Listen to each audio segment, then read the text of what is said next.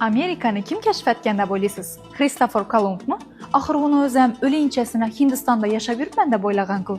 Undan 500 yil oldin Alberuni bobomiz Tinch okeanini orqa tarafida ham yangi kitobalikini yozib qoldirgan. Siz like bosing, men sizga aytib beraman.